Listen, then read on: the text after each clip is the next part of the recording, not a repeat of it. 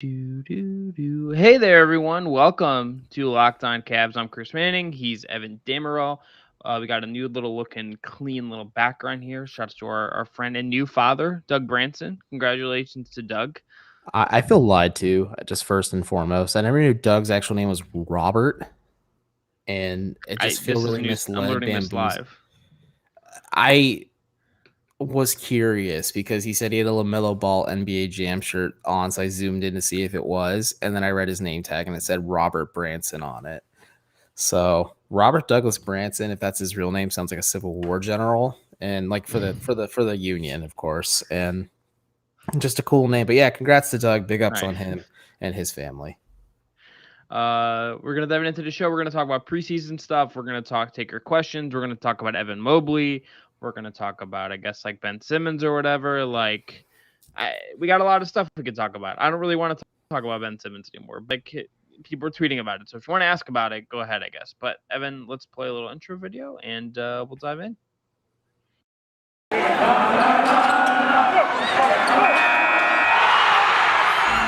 You are Locked On Cavs, your daily Cleveland Cavaliers podcast. Part of the Locked On Podcast Network, your team every day.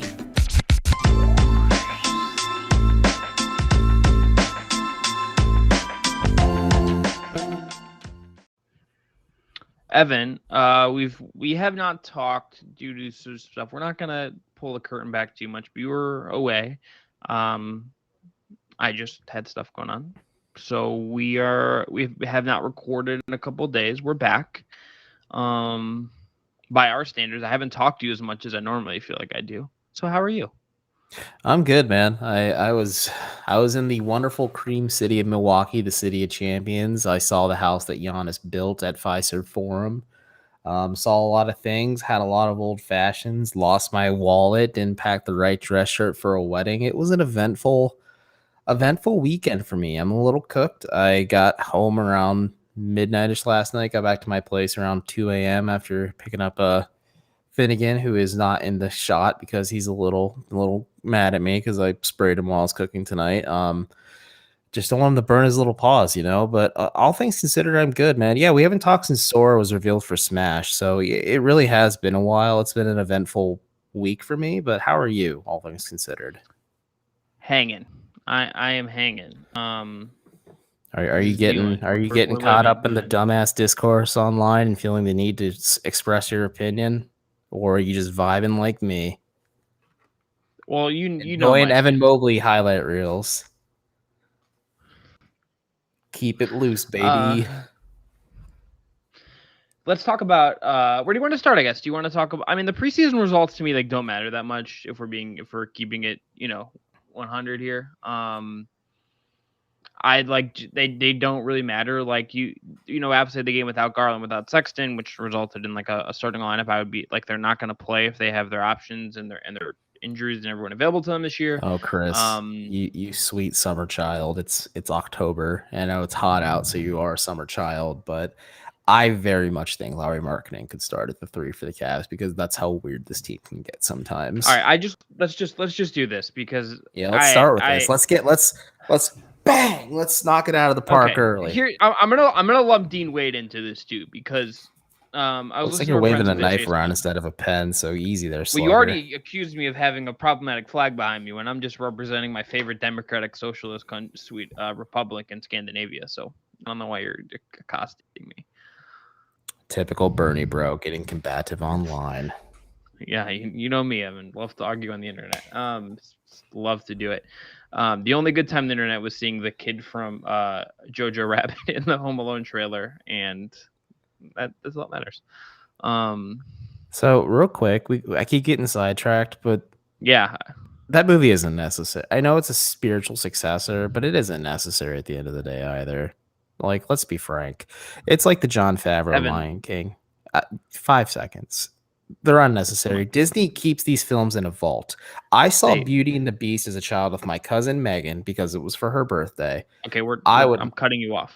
As a 7-year-old boy, I would not be seen dead at Beauty and the Beast, but I went to go see it. They digitally remastered it and re-release it in theaters. Why doesn't Disney just keep doing that? That's my thought process. That's my short rant on it. It actually makes me viscerally angry when I see they're remaking my childhood movies, because it's just not right. It's just not right, Chris. But yeah, let's talk. Let's lump Dean Wade into this, because Dean Wade said he's practicing playing the 3 through the 5 in camp. Okay, so here's just like my question about this. I understand if you're like, we need to put as much shooting on the floor as we possibly can. I can understand if you want to say, in special circumstances, because we have Evan Mobley and Jared Allen, we believe that we can squeeze another big on the floor here that provides us with a thing that we need. This is a weird roster.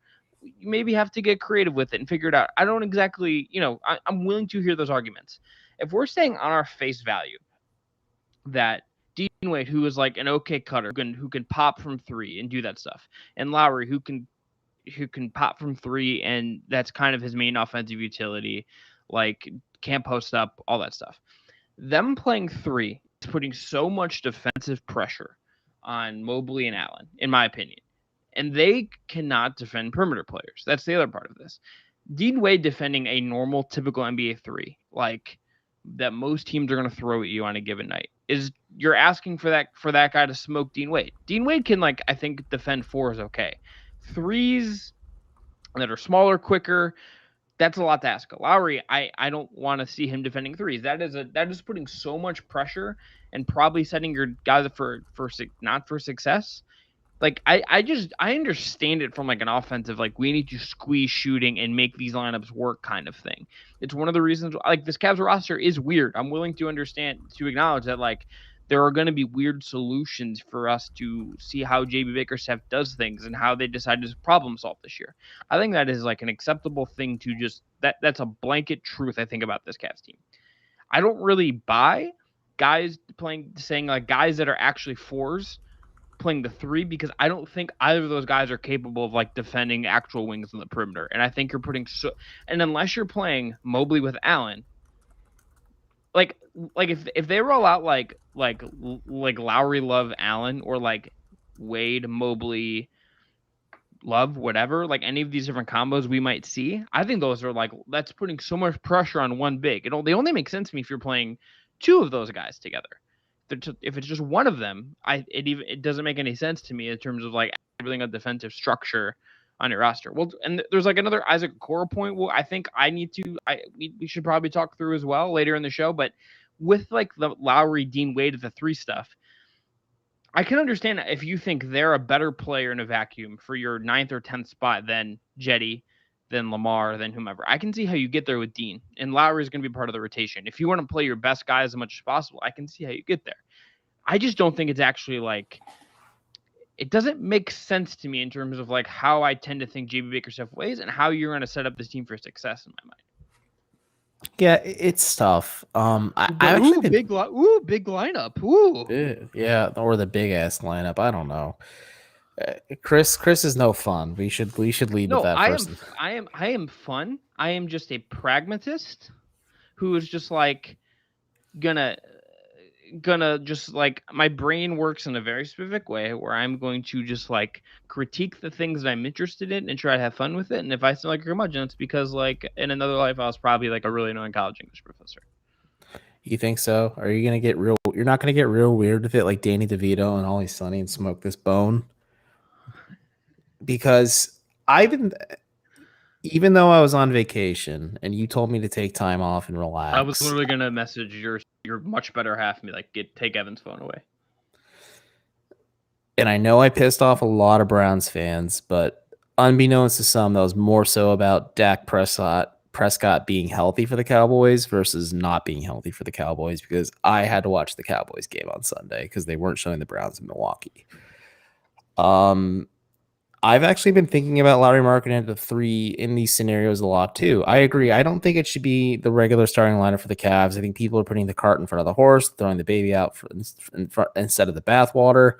Whatever way you want to spin it here. But I think it's a wrinkle the Cavs could approach, and I think you and I are on the same page on this, where it's just not functional on a night-to-night basis, because if you put Lowry Markkanen against, let's say, a LeBron James or like a Kevin Durant. And I know Kevin Durant plays technically the 4 for the Nets. But let's even lower the bar. let's like lower the bar to like non like elite players. I don't think Lowry can defend like Terrence Mann. No, Lowry does not have the lateral like, quickness to defend the perimeter. That is or like TJ that Warren or like that's DeMar the difference. DeRozan. That's what the Cavs lost when they traded Larry Nance Jr. You could throw Larry Nance Jr. in at the 3 because at least he possesses the strength, athleticism, and some lateral quickness in order to stay in front of his opposition when defending him. Larry Markkinen just does not possess those things. I know he has looked better in Cleveland. I think it's funny these not so thinly veiled shots Denzel Valentine and somewhat Lowry are making at the Bulls. But like, but really, Denzel just like put it in the work on off to the side. My man really has played like 30 seconds in the preseason, but he is like the hype man for the Cavs every time they play the Bulls. I enjoy it. He's going to be on this roster. He went to Michigan State, as JB Bickerstaff said, so thumbs up there. But JB just padding that job security just a little bit. I know, man, but it's just really tough because it's hard to figure out what the Cavs are doing with their lineups, especially from a fantasy aspect. And Chris, you know who's revolutionized fantasy basketball? Our friends at Sleeper. In 2018, the fantasy sports experts at Sleeper realized that fantasy basketball was broken. Games were being won and lost based on whose players had more scheduled games that week. It made no sense and required very little strategy. So, in 2020, Sleeper released a brand new way of playing fantasy basketball, and it's called Game Pick, and it's only available on Sleeper. In Game Pick, owners pick a single game per week for each starter to count towards their team's total score, ensuring an even number of games played between opponents. The day of losing because your opponent's players simply had more scheduled games to play in that week are over. The day of mindless daily busy work are over. The days of giving up halfway through the season because of that busy work also over. In game picks, you pick one game per week for each player based on player matchups, home versus away, opponent's defensive ranking, pace of play, and more. All that adds up to more strategy and less busy work. Whether you prefer redraft, keeper, or dynasty, Game Pick has you covered. Sleeper cracked the fantasy basketball code. If you play with fantasy football, or if you prefer building out a weekly strategy versus daily busy work, you're going to love Game Picks. Download the Sleeper app and start a league with your friends today. You will not be disappointed. Also got to tell you about our friends at DirectTV. Does this sound familiar? You've got one device lets you catch the game live, another lets you stream your favorite shows, and you're watching sport highlights on your phone, and you've got your neighbor's best friend's login for the good stuff. Well, I want to tell you about a simple way to get all that entertainment you love without the hassle, and a great way to finally get your TV together. It's called DirectTV Stream, and it brings your live TV and on-demand favorites together like never before, so you can watch your favorite sports, movies, and shows all in one place. That means no more juggling remotes and no need to buy another device ever again. And the best part, there's no annual contract. So get rid of the clutter and the confusion and get your TV together with DirectTV Stream. You can learn more at directtv.com. That's directtv.com. Compatible device required. Content varies by package. Evan, any other thoughts on oh no, I haven't even given my thoughts yet. I've been thinking about this lineup a lot, honestly. Yeah, I was warming up here and I realized we were getting short on time for an ad break. So, just gotta work it in a little bit. But yeah, I don't think this is a conventional starting lineup for the Cavs. Isaac Okoro goes completely ice cold. He at least provides you perimeter defense and the defensive potential between. I'm giving you credit for that. I'm giving you credit for that pun. Oh, I didn't even know it was a pun. I was being serious because he's been But his nickname's Ice, and you said Ice. I my pun was better when I said he iced his hometown Hawks the other day. I was more proud of that one. But Isaac, the defensive versatility, and JB Bickerstaff is a defensive-minded coach. And let me lead in with this as well. JB Bickerstaff and his staff, I hate saying that, but it's how I type it out sometimes. They always lead in and define positions based on how they can defend players. So he views Dean Wade as a 3 through 5 who can also defend 2s, which kind of made me raise an eyebrow. I'm surprised more people didn't run with that. But Isaac Okoro has the strength and lateral quickness to defend 3s on a night-to-night basis that Larry Markkinen cannot. But this lineup does make sense if you're trying to provide spacing around Okoro and Mobley if they're both on the floor at the same time. So let's say you have Garland at the 1, Okoro at the 2, Markkinen at the 3, Mobley at the 4, Allen at the 5. Or if you really want to go crazy with it, you put Love at the 4 and Mobley at the 5, and you kind of just flip-flop those two. You provide a ton of theoretical gravity and spacing that allows Mobley to have more comfort in the paint and maybe, extend his shot a little bit too, just because, You could work with it, get weird with it too. And it also gives Garland a lot of options too on driving kicks as well. You can even put Sexton in that Garland spot too, if you believe Collins' vision is really going to be fluctuating in those scenarios. I think it's just more of an offensive wrinkle for the Cavs. I just don't think it's something you can reliably stick on to a night-to-night basis. I think the Cavs, thumbing their nose at the conventional norms of playing small ball, even though small ball is a situational thing too. I know some teams like to play it, like the Suns employ it really well with Jay Crowder at the 4, but it depends on matchups too. That's more of a playoff scenario thing, and the Cavs aren't sniffing playoffs. I just think more so the Cavs ignoring their wing depth issues and banking on Okoro, Valentine, Osman, and Windler being that 4 some at the 3. It gives me pause. So that's just kind of where I'm at. Yeah, sure. If you want to put Markin at the 3, if you need to find minutes for these guys because you have too many bigs on your roster, and if Taco Fall gets that 2-way contract, they're going to have a lot of bigs on their roster. I don't know. I don't hate it. I don't think it's unfun. I think there's sacrifices you made defensively after getting rid of Larry Nance Jr., but offensively, in theory at least, and we've seen it work for a little bit, it's a shot in the arm, and it's also preseason, so like these numbers Lowry has right now could not be sustainable as well. Like if we actually watch teams play defense against him, we could watch a huge nosedive as well. And this could blow up in the Cavs' face in spectacular fashion because there's still plenty of footage of the Cavs playing 3 big lineups over the last 2 years at this point. So I think teams are going to be somewhat prepared for JB to throw this wrinkle out there at them. Yeah, well, the other thing I think this is a good transition point for Okoro is I also think there's some low-hanging fruit the Cavs have not really, they haven't done consistently. They didn't do it last year at all, really. And they've done a little bit of it in the preseason, to their credit. But I think there is definitely some low-hanging fruit with Okoro to solve some of the issues and work around some of the issues we're seeing. Like the Bulls game is a really good example of you're seeing the Bulls were taking whoever's on Okoro, and that guy is helping extremely off Okoro. The Cavs are and the Cavs at times didn't pass to Okoro when he would be the kind of the open pass as the open 3-point shooter. That maybe that's just a one-off thing. We'll see if that holds up as a trend. The thing that I think is just sort of, I think if you're worried about your offense, I think that the better way to sort of fix this is not play weird lineups that put you at other disadvantages. It is, let's get Isaac Okoro in positions of strength. I think it is problem solving with the guys that you think are good. Obviously Isaac is going to have to shoot better than the 29% he did on 3-pointers last year and get up to league average, hopefully, at some point if he's going to hit a version of his ceiling. It's just unavoidable that is just a place he's going to have to get to if he wants to be a really good player. Even on a really good team like Philadelphia. Look at Matisse Thybulle. Maybe the best one-on-one perimeter defender in the league right now. An incredible defensive player. Isaac is that same type of archetype where it's clearly an incredible defender, a lot of other gifts, has some stuff to figure out. The wrinkles you can do with Isaac to make some of this easier is, number one, he needs to move off ball. He can't just stand there. And then by extension, Lamar Stevens, some of this stuff applies to him as well. It is cut him into space. If he is off ball and you're running a pick and roll on the other side, or you're doing something on the other side of the floor, Isaac can time cut. Some of them will be instinctual. Some of them will be planned. He needs to cut into that space and make the defense reactive. He is so quick on that initial cut. He is so strong when he gets up to the rim. That is a punishing way to make defenses have to take advantage of him and keep things moving and maybe respace things out if they get really worried about cuts.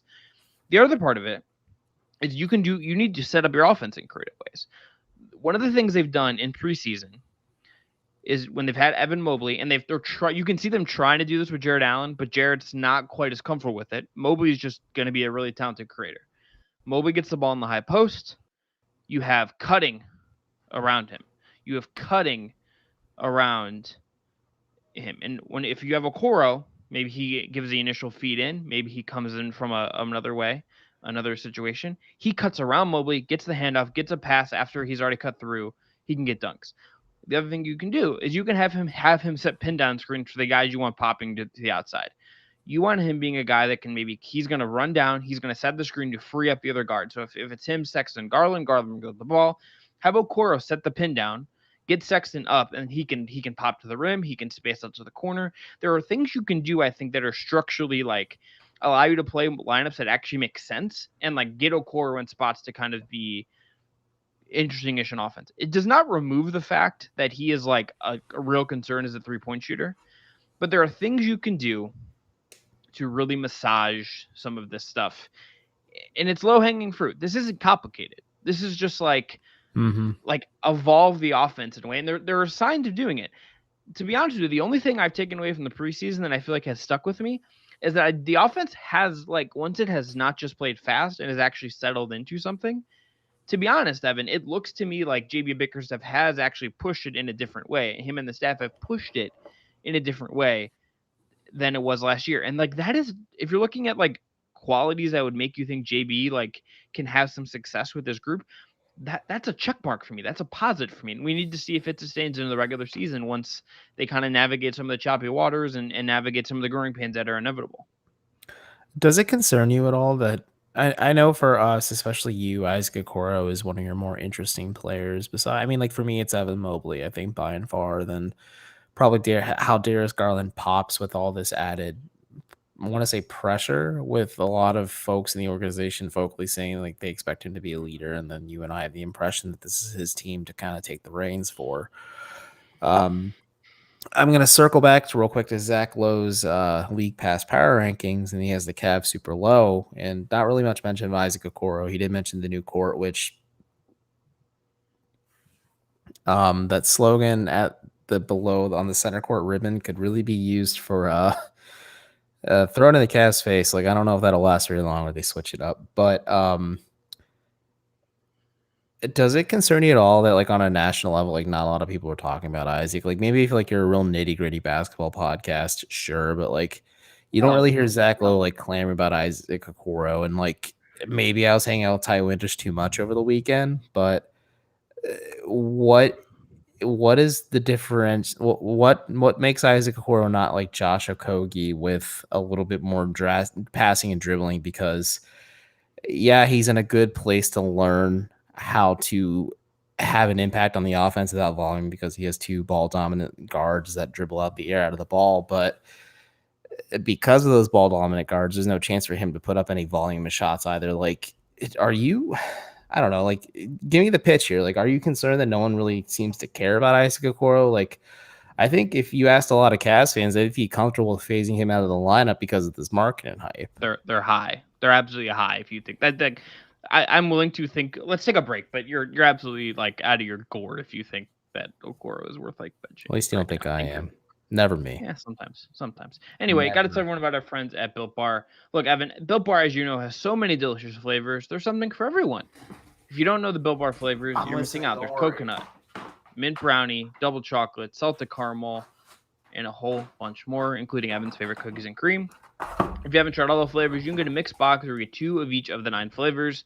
Not only are Built Bars the best tasting protein bars, but they're healthy too. They have 17 to 18 grams of protein, calories ranging from 130 to 180, 4 to 5 grams of sugar, and 4 to 5 grams of net carbs.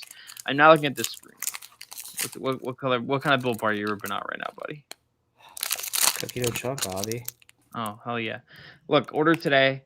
If they have cookie dough chunk, order that. But cookies and cream, mint brownie, and a whole bunch more. Built Bar is also the official protein bar of the United States track and field team. So go to Built.com and use promo code LOCKED15. You'll get 15% off your order. Again, promo code LOCKED15 for 15% off at Built.com. So, okay. Here's my thing on Okoro. I think some people have been like, oh, like his defense is just average. It's overhyped. His defense is just outrageous. Okay. Isaac Okoro's defense is like among the most promising wing defenders that exist in the league. He is strong as heck. He can defend a bunch of positions. He locks down guards. He's a little jumpy. He's a little like gonna like bite on pump fake sometimes, where like you want him to stay grounded and use his hands and maybe generate some more steals and stuff. There's room to grow for sure. He's potentially so good on defense that like it elevates him above Josh Okogie with better PR. Okay. Like I think Isaac has like Ty, who is okay. Ty is the Homer Ty. Sorry, I had myself muted. I didn't want people listening to me chomp on a Built Bar for like 30 seconds because I took a decent bite out of that sumbitch. So, there it is. Yeah, this is the mic punch. Isaac. Okay, I'm just gonna point this out. the other thing too. People will like say like, "Oh, Zach LaVine not Muscle Okoro. That's not a good sign." Number one, Zach LaVine, one of the very best scorers in the league. He's an like, all-star caliber player. Number two, I don't think people understand often or realize how hard individual defense is in the NBA in 2021. It is like really freaking hard to be a successful defender in the league. You can't hand check. Your ability to like be physical is like kind of limited. Guys are more skilled than ever before.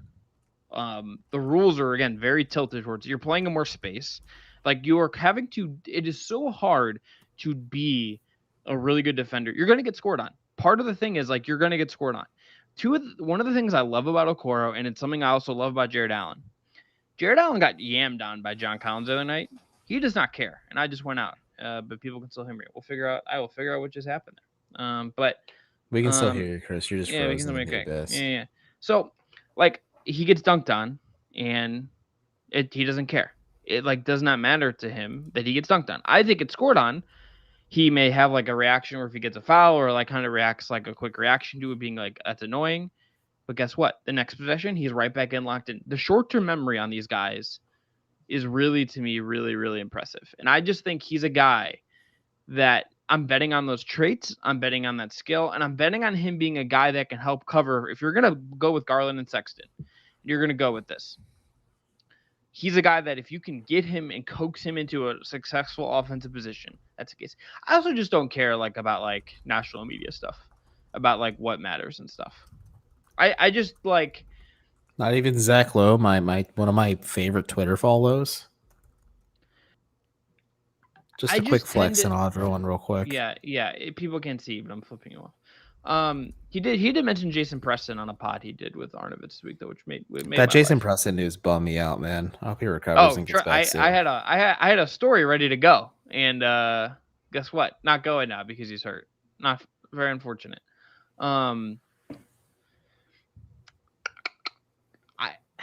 I think if you like interrogated Zach Lowe and were like, hey, let's talk about the Cavs for 20 minutes, he would probably bring up Okoro. I just also don't think some of that stuff matters because like some of the people that cover the league nationally, they're not watching the Cavs all the time. I think if you talk to people in the organization, like I'm not saying Isaac in the pecking order is below Garland, he's below Sexton, he's below Mobley, he's probably below Allen, but I think he's like a core piece. And this is no doubt an important year. The offensive stuff is a concern. There's just a lot of traits I personally am absolutely betting on with him. And I'm going to pull myself off the screen while I figure out what's going on here. Okay, sounds good. We're going full screen with Evan here, folks. Let's put up a fancy graphic and everything. Your favorite co-host of Locked On Cavs in the building right now, folks. Here I am. There's the name, the TCC right there. Wow.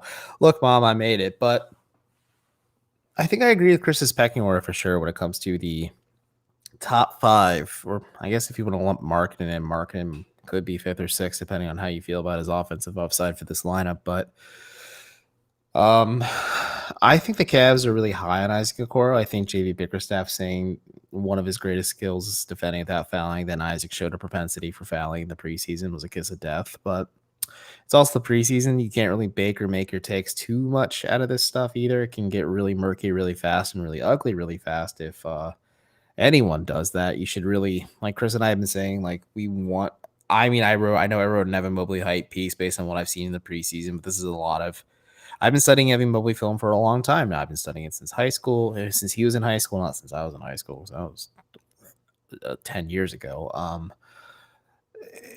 It's just because you start to see these flashes, and there's people who are concerned about his production in the summer league. I'm like, no, you're actually seeing him now with actual high-end NBA talent. You're actually seeing him produce. The same could be said for Isaac too. And Chris Manning is back. I am done scrambling. Little lower res, but we're gonna vibe with it right now. Yeah, we vibing. But I don't know, man. Like I'm not too concerned about Okoro either. I think, like I was saying to the fine folks tuning in, all 22 of them. Wow, thanks everyone. I'm not too concerned about Isaac's lack of offensive production. I think JB saying he can defend without fouling was kind of a kiss of death, but it's also the preseason. You can't really bake your takes too hard out of this stuff. There's certain individual things you can analyze with players and say like, okay, this pops. This could maybe be something that he carries into the regular season with them. Or, okay, maybe this is a little concerning. We should monitor this more closely because you should really start caring when these games matter. And you need maybe about 10, 15 games of tangible evidence and data before you can say this is something to be concerned about. I was just asking Chris because I'm sure Cavs fans are a little upset, and there's like that in the future power rankings. The Cavs are ranked dead last in that one too. I think the market ranking is weird, especially if you want to lump in Oklahoma City there. Like I know people are shitting on Orlando, but Orlando is primo golf weather.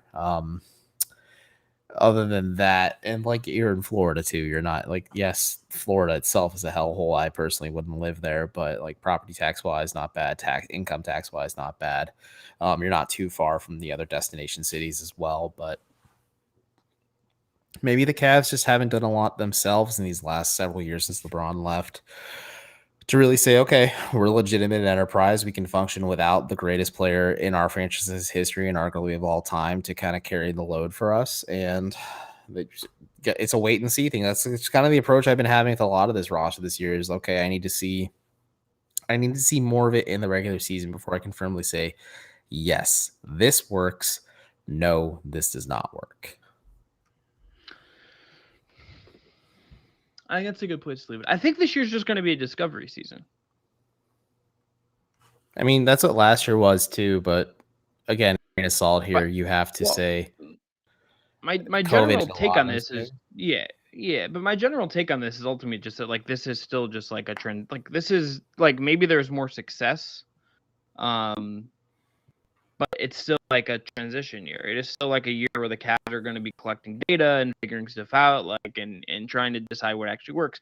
And again, like the decision makers may change, the coach may change, but like I think a lot of this is ultimately just like still we're in a point of growth here. This is not like a everything has to work or bust kind of situation. You know what I mean? Like we're not there with this group yet. I think that would be crazy if they treated it that way. No, I think that's a fair assessment. I think you're frozen again. So why don't we hit pause? Oh no, you're okay. You're just the pixel itself is frozen. This little change of webcam quality is honestly like we're gonna take a quick pause. Let's take a quick time out. Let's we'll come back to taking your questions and all that fun stuff. We'll be back soon with more Locked On Cavaliers, the only Cleveland Cavaliers podcast to have recorded voice of two verified hosts.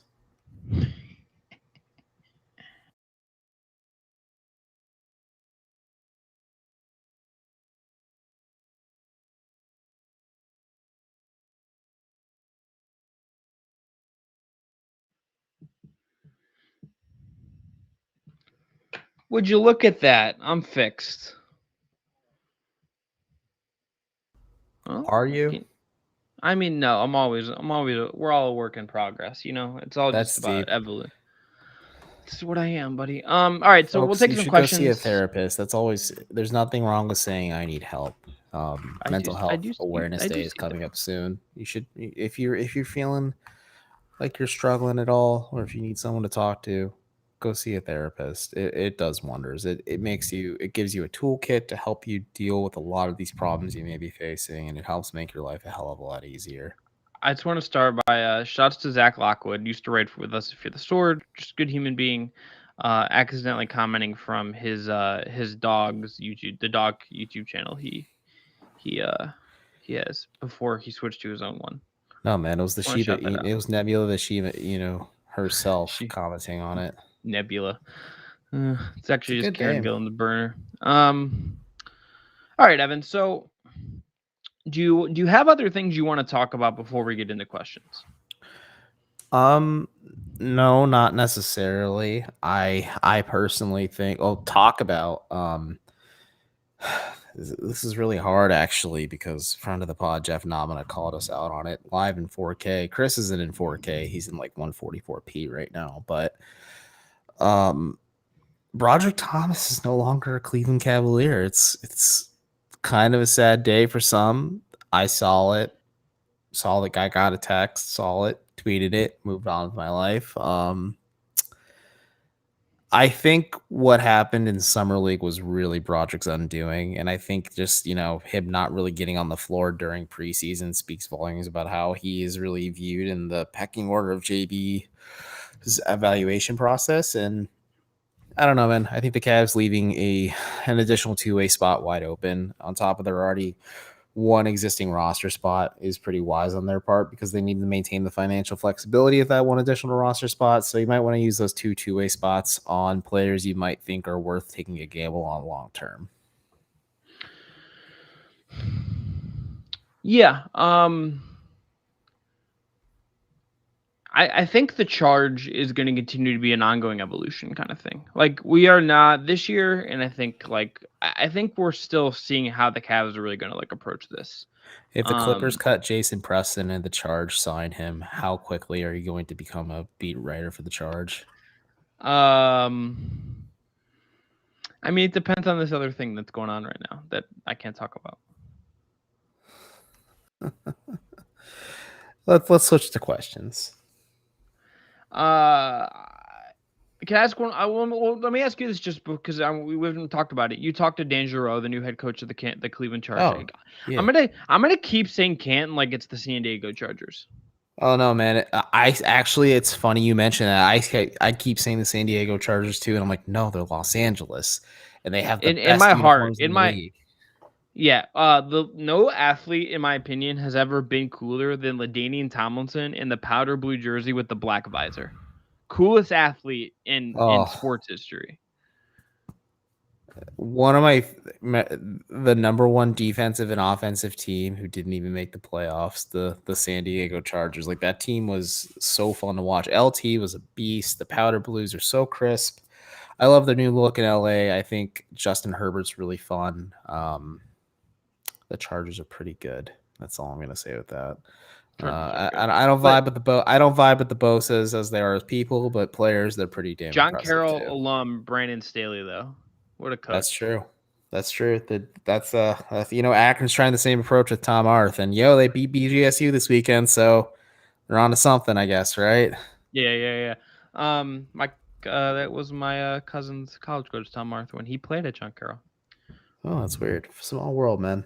Yeah. If I ever bump into him, like, do you recognize his face? And they'll show pixelated Chris Manning from the stream. Like, yes. Well, no, it won't be me, but it'll be my. I don't know Tom Arthur. I'll send you a picture of my cousin when he used to have long hair in college. Now he's bald. So is it just you with long hair? No, he's like much taller and like much more jacked than me. Well, you play college football, I'd hope so. Yeah, Joe's a monster. Lives in Utah now. Salute to Utah. Anyways, let's what kind of vibe did you get from Dangereux and talking to him? He's pretty optimistic, and the term vision can be overblown a little bit here, but he clearly does have a vision on what he wants to do with the Charge. He has a wealth of experience being an assistant with Ty Lue's staff, the short-lived John Beilein coaching staff. He's been a very close assistant of JB's for a while now. He's very involved with the development of the players on the Cavaliers to begin with. Like, he's kind of known as the shot doctor at times. Like, he was a contributing factor in Jetty Osman becoming a shooter, Colin Sexton becoming a shooter. He helped Larry Nance and encouraged him to shoot a little bit. I think the Cavs also just encouraging their players to try new things also is helpful, but he wants to just kind of make a carbon copy of what the Cavs are doing and apply it to the Charge. And so he used that as an example of like they are the AAA affiliate of the Cleveland Cavaliers, where if a player gets sent down for rehab, they can practice with the team. Or they say if he's an example, like during training camp, like Colin and Darius showed up like an hour early one day for training camp, and the Charge practiced before the Cavs do during training camp. He let Colin and Darius get some serious burn with the team. I mean, both of them kicked the Charge's roster's ass, but it's valuable experience for them because they're playing NBA caliber players, and he is excited about the opportunity. I think he said it's more than just like a head coaching opportunity for him just to kind of add to his resume to maybe get him into a lead assistant role or possibly a head coaching position. Because like the Charge have produced quality coaches. Like there's Alex Jensen, there's Jordy Fernandez, just to name two off the top right there. And like so many good coaches have come through when they were with Canton. It's funny you mentioned it. Their head of PR, Sean Wyatt, great guy, by the way, like mentioned to me, like we have a swear jar more or less in the office. Every time we refer to them as the Canton Charge, we put $5 in, and like we have a pretty decent amount so far. So Sean's like a Canton, Canton. He's born a and raised Cantonian. guy. Yeah. Is that a thing? Cantonian is the term. As someone whose mother worked in Canton when she was still nursing. I got affiliated with the Cantonians quickly, but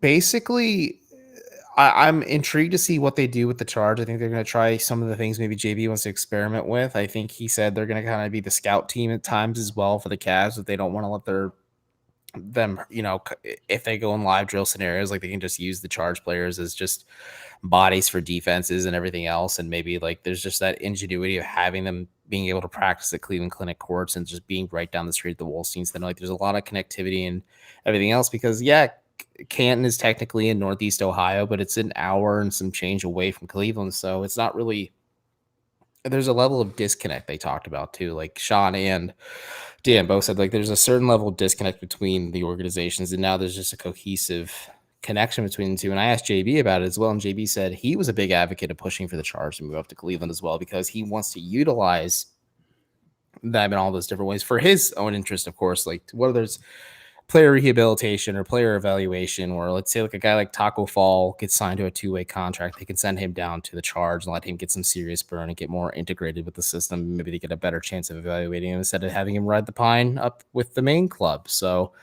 it's refreshing. I'm intrigued to see how it goes this year. The Charge weren't very good last year record-wise. They will play in a showcase in Vegas where they'll probably play teams like the G League Ignite squad, which would be pretty interesting, or they'll play Dwayne Wade's son with the Salt Lake City Stars, which is pretty interesting as well. Like some wild stuff happening with the G League. And like the quote that stuck with me most when I talked with Dan was when he said, you're not just going to be watching like I know there's a lot of inspiring stories in terms of like G League success stories, or like how the Cavs weren't properly utilized. Like Chris and I banged our fist on our desks a few times saying the Cavs haven't properly utilized their 2-way contracts at times. But he said, like Dan really said this to me, he's like, we're probably gonna have a younger roster, but in all honesty, I can name you the top 100 players from the last 10 high school classes. He said the majority of the players at this time in the G League are players that are maybe who are part of those top 100 groups, but didn't make it to the next level immediately. These are guys that are going to be fighting every single night to try and prove that they belong at the next level. So you're going to be seeing basketball at its purest form at times too. Like you're going to be seeing dudes like playing their ass off like every single night on a night to night basis. And hey, they pride themselves on their tickets being dirt cheap too. So I think I don't know, man. I think I might try and make it out for a few Charge games this year just to cover it and see what it's all about. But it'll be interesting for sure. Like, if the Cavs really support the coverage too on a night-to-night basis. Well, because I know you can watch Charge games on like Twitch. Yeah, I think YouTube streams as well. ESPN Plus, I believe too. Yeah, ESPN Plus, which you have to pay for, but pay for those. But I think it's definitely worth exploring, definitely worth monitoring, because there are some success stories. Like Dean Wade is a success story for the Charge development program. I think Dylan Windler was going to spend some time possibly rehabbing down there if like he needs more time to kind of get the shakes of the rust and Kappas, but he's looked sharp in the preseason, so we'll see. But I think I want to believe it, but again, like it was a very encouraging conversation, but like I'm always going to maintain that approach of I need to see it in action before I say, okay, they're definitely got something going here. But I have faith in it. I don't think we're going to see it like actually fully realized for like 5 years. Yeah, no, that's the other thing Dan stressed too, is like, it's not going to be an overnight thing. He's just like, you can't just come in and knock everything down and expect it to be rebuilt. Rome wasn't built in a day. It's going to take time. And they can say all the basketball stuff. I think it is also just worth kind of saying explicitly that I do think part of this is just, it's a business thing. I mean, like for the Cavs as a business, as a organization trying to make money and be profitable as much as possible, putting the Charge in Cleveland is just, it makes business sense. Like that, if you want if the G it lowers the the G cost League, of things too. Like you don't have to pay for the Canton Civic Center for and you don't have to run out of practice. Well, I think they're. I mean, I don't know some of that stuff. I don't like know the exact like numbers for us to like. I think to say that, but I think in terms of just like, it is in your city. You can call it Cleveland instead of Canton. The arena. No offense to the Canton Civic Center, like playing games at Wolstein is like a little more like appetizing for your average fan than it is just it's in a place where it's just like a little more like you're collecting, I think, a more group of people there. There's just a lot of reasons where it like makes, I think, like it's a business thing as much as it is like a basketball thing. But Evan, we got to take another break. We do.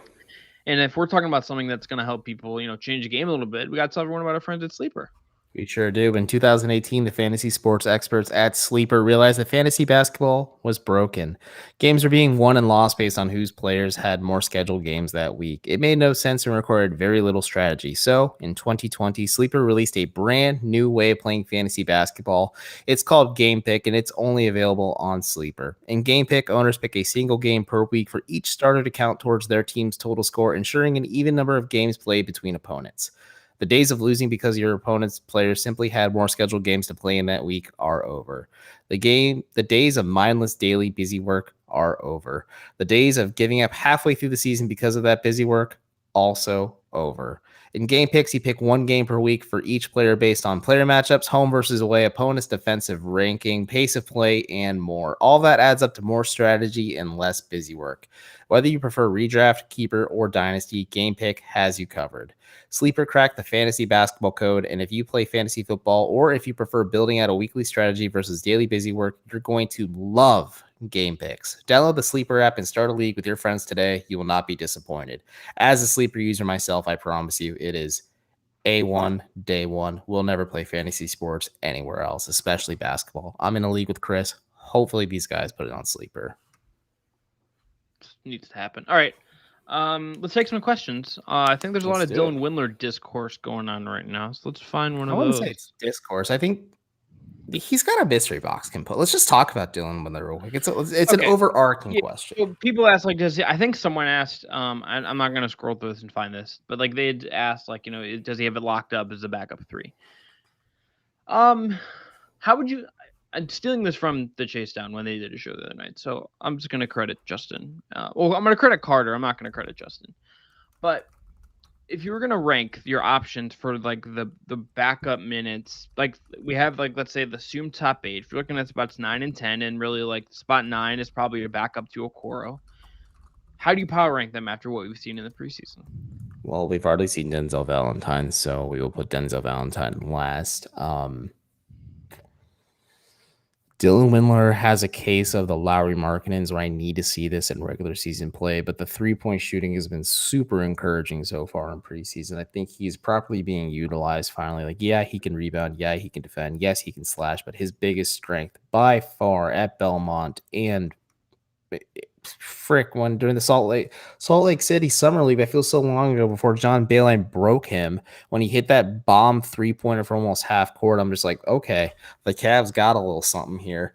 If Dylan Windler can sustain that, yeah, you can maybe pencil him in as the backup 3. But I'm just a Lamar Stevens believer, man. I feel safer in saying, like, this is a guy that appeals more to what JV Bickerstaff is looking for in terms of a player that can play defense, has energy, and provide some slashing, maybe some creativity as well. But a bigger body player who can safely defend 3s and 4s. Dylan is more of a 2-3 at this point. But I don't know. Maybe if Jetty Osmond goes completely off the rails too, like, you can kind of you pencil him more as a backup 2 as well. I think they're maybe exploring that option with Jetty being a 2 and Dylan being a 3 and flip-flopping those 2 as well. Like, I think that's an interesting wrinkle too. But I think Lamar is the clearest in the pecking order, and like Denzel's the when the Cavs play the Bulls hype man to say something stupid on Instagram and maybe rap about it. I don't know. Denzel Valentine's been an experience. I can't wait to keep learning more about him. I think it's Lamar, Dylan, and Wade would be my 3. And Jetty is sort of like the because Dean himself said, he's like, listen, I'm not traditional. I say traditionally I'm a power forward, but if the team wants me to play the 3, I will. So I don't really include Dean in that equation because he himself. Yeah, but I'm saying is like spots 9 and 10. I tend to think I think he's just like better. The thing with Jetty is that, like, I think if the Jetty that like theoretically should exist like existed, you could be like, yeah, this guy can play for me. He's just so not good on defense. Just watch his feet. Watch his feet when he plays defense. It's like kind of crazy how all over the feet it plays his feet are when he's trying to slide. He's trying to stay in front of a guy. Like, it's pretty bad. There's stuff that he's done that has been good in preseason. It's at the level he's been on preseason, I would say, is definitely higher in my mind than what he was playing at last year. But I don't think his defense is at all good enough to where you feel like comfortable with it. I think Lamar is better in that way, but Jetty also might be able to shoot. Jetty also can do some playmaking stuff. Like, I can kind of understand how you get to like any of these conclusions in theory. It's just tough, man. You need, again, we're the wet blanket podcast compared to the J-Town, but we're also not affiliated with the Cleveland they're Cavaliers. paid independent contractors. Yeah, we're not affiliated with the team that is covering the subject matter of this GD show, if you will. Jetty is so wild, man, but I also need 10 to 15 games of substantial data to really say, like, okay, this is who the Cavs should be rolling with. JB may not agree with me because JB also likes to try unconventional things and kind of experiment, because I think he has a little bit of a for longer leash and a little bit more job security compared to his times in Memphis and Houston. But I don't know, man. The Cavs backup 3 situation is still pretty dire. And I think the fact that they're turning to Dean Wade and Lauri Markkanen, both not traditional small forwards by nature or trade or physique, is definitely more of a remark on how weak the backup 3 situation is. I think Windler's just really interesting if he's going to shoot, and like he's looking okay doing other stuff. So I'm just kind of like curious. I'm intrigued. I want to see what I want to see. I need to see more of it, though. That's the thing. Like, I'm intrigued. Like I said, this is what we saw from Dylan Windler in the last preseason game or so is what you really want to see at his apex. Like, I don't think he's going to be a starting caliber wing, like, or a starting caliber 2 guard. I think that ship has sailed for the Cavs because of just injury concerns and everything else.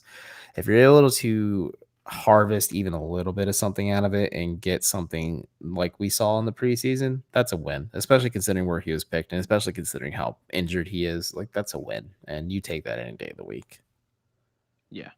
All right, Evan, let's take one more break and we'll take another question to kind of wrap us up. But I got to tell everyone about our friends at BetOnline. BetOnline is the official betting partner of the Locked On Podcast Network, and they're back and better than ever. All eyes on the gridiron as teams are back for another football season. And as always, BetOnline is your number one spot for all pro and college football action this season, with a new updated site and interface and even more odds, props, and contests. BetOnline continues to be the number one source for everything football. Head to their website or use your mobile device to sign up today and receive your 50% welcome bonus on your first deposit. Don't forget to use the promo code LOCKEDON to receive your bonus. From football, basketball, and boxing, right to your favorite Vegas casino games, don't wait to take advantage of all the amazing offers for the 2021 season. BetOnline is the fastest and easiest way to bet on all your favorite sports. And that's BetOnline, your online sportsbook experts. BetOnline, where the game starts. Again, promo code LOCKED ON. Evan, my boy, pick us a question. Let me scroll through here. First off, my boy just really threw me off there because I'm technically. Oh, here's one for you. Hold on. It's from friend of the pod, Joe Kohler. Question for Chris. How does it feel to work with Cleveland's biggest troll? I don't. Hiram doesn't go host his podcast with me. Suck it, Joe.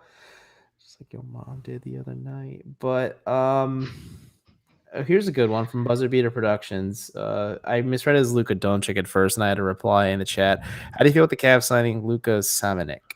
Okay, so did you see the clip that precipitated him being waived by the Spurs? I have not. Again, I haven't really been in the ether because I was on vacation. Yeah. So I just kind of stopped paying attention to stuff, and then I pulled up the Cavs and watched it for a little bit, and I'm like, it's weird, like the 3 big lineup. But if it works, I'm not going to question it too much. And I still generally need to be put in like a back to tank and like recuperate for like a week before the season actually starts. Like LD when he wrote Penis. And then went on tour with Gata under the stage name duo of Dave. Might have to rewatch Dave. Anyway, so he was like, there was a turnover and he like was he took like 3 steps to like chase down the guy, and then like just stopped running. And all the people that like cover the Spurs or like tweet about the Spurs were like, yeah, like I knew he was going to get cut. Like the moment he didn't like chase down like this block, because like that's just a pop no to like not hustle and give it all you got. I don't think it's like harmful. I don't think it like adds anything for baby. you. Sorry, Clutch Points graphic is a scowling Greg Popovich spitting fire, but the Lucas Samanic being about him being waived. I'm watching the clip now. Keep going. So it's just like, oh my god, yeah, it's pretty bad. It's pretty like just like he literally just stopped when he could have like that's like a theoretically JD Bickerstaff no too. I don't know about this one, dog. Yeah. I don't know like a ton about his game or like can say like I'm an expert on him. I don't think it is like particularly. Would you be opposed if he was a two-way signing? I mean, that's like less. I would rather just like get a wing. I wonder what I actually been meaning to like Google this. I just guess I haven't had time or just forgot. I want to know what happened to Summer League standout and Falcons quarterback Matt Ryan. He was with the Nuggets and was waived. Yeah, okay. I'm pretty sure. I thought. Okay, I'm gonna find out. But he was a guy. Okay, you're right. He was waived the day ago. He was Bring him back. yesterday. Shooting, I think, kind of makes more sense. Maybe there's someone else out there, but I wouldn't say it's an awful idea. You know, losing steam a little bit there, big guy. Yeah, a little bit. I'm trying to see because I'm getting so old, man. It's really tough. Hey, man, for what it's worth, Kevin O'Connor said Lucas Samanic had shades of Maxi Kleba and Thon Maker. Do any of those intrigue you? Especially, former Cleveland Cavalier Thon Maker, the shot maker. What is Thon Maker up to these days? That's a name I haven't thought of in a while. He might be among the guys playing in Israel where Derek Williams. He's playing for Hapoel Jerusalem. I forgot he signed with an Israeli team. Mm-hmm. Him and another Cavs player. God, who was it? I think Derek Williams is playing in Israel now as well. Derek Williams is but specifically Hapoel Jerusalem. Anthony Bennett signed with them. That's who. And Anthony Bennett's starting for them as well. King. Okay. Let's find one more question to wrap up here. I'm scrolling up. Evan, let me ask you this actually as I'm looking. Is Rubio on pace to break the curse of wearing number 3 as a bad vibe? Gonna need to see it before it actually happens because the Rubio vibes for folks are like all the way there. Yeah, no, rookie Rubio being what the Cavs hoped Kevin Love could be when Kevin Love signed that extension and then broke his foot really speaks volumes of Kevin Love's maturity in the situation as a whole. If Kevin Love just had a Chris Paul like season where he's like, you know what, this situation sucks, but I'm going to play my hardest so I can get the hell out of here, like Chris Paul did in Oklahoma City. Like Ricky Rubio being fully locked into saying like, listen, I'm here to push these younger guards and make them better. I see all-star, superstar potential in Darius Garland. Like he's saying all the right things. I think the Cavs offense it's exactly what we're seeing right now. Like the Cavs are trying to learn on the fly, playing at a faster pace and maybe trying these new implementations that JB Bickerstaff is trying to integrate where Darius Garland kind of just looks a little shell-shocked, looks a little haphazard out there at times. So he bringing an adult like Ricky Rubio to just kind of balance things out and smooth things over. I'm enjoying the Ricky Rubio experience. Like I've always liked Ricky as a player. And I'm just excited to see him here because the Cavs finally have a competent backup point guard behind Darius Garland. But forever how long he's here, I'm going to enjoy as much of it as I can. Because he's a nice guy, too. Like, he gives good answers when he is engaged. But if you ask, like, a dumb question, he's just going to kind of give you a bullshit answer, i.e. media day. So, yeah.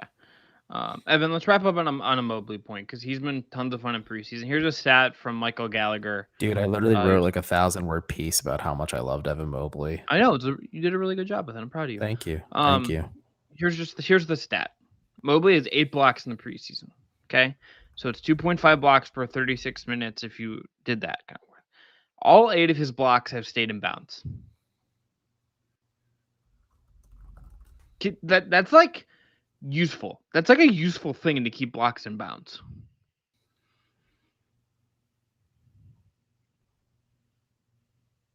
He's kind of already been kind of crazy as a shot blocker, and like it's his like weird length is just like fascinating. It's absolutely fascinating. Well, Evan Mobley's body makes no sense at the top. Like fascinating is a good way to describe it. I think the most valuable thing for like Evan Mobley's talked about how he's working with Larry Marketing on his 3-point shooting. He's working with Darius Garland to figure out like learn how to play off of each other and like figure out who likes what spots on the floor.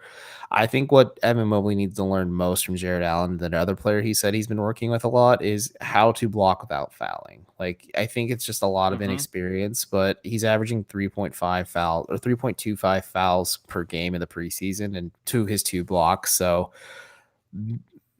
there's going to be a learning curve. There's going to be an adjustment period from going from the collegiate level to the bigs, like the pros right away. Like, yes, that's obvious, but Jared, like, that's one of Jared Allen's greatest skill sets is he is able to defend the rim without fouling. Like, he is so damn good at that. He's able to block shots without fouling as well too. If Evan Mobley can glean that from Jarrett, like, the Cavs are going to be lethal defensively. And I mean, this year, yeah, I think they're going to be pretty damn good defensively just between Okoro, Mobley, and Allen. But like in 2-3 years time, like, it's going to be a very stalwart defensive team. Just offensively, going to be probably some questions still. Over under Cavs 17th in the defensive rating. I'm going to go under on that one.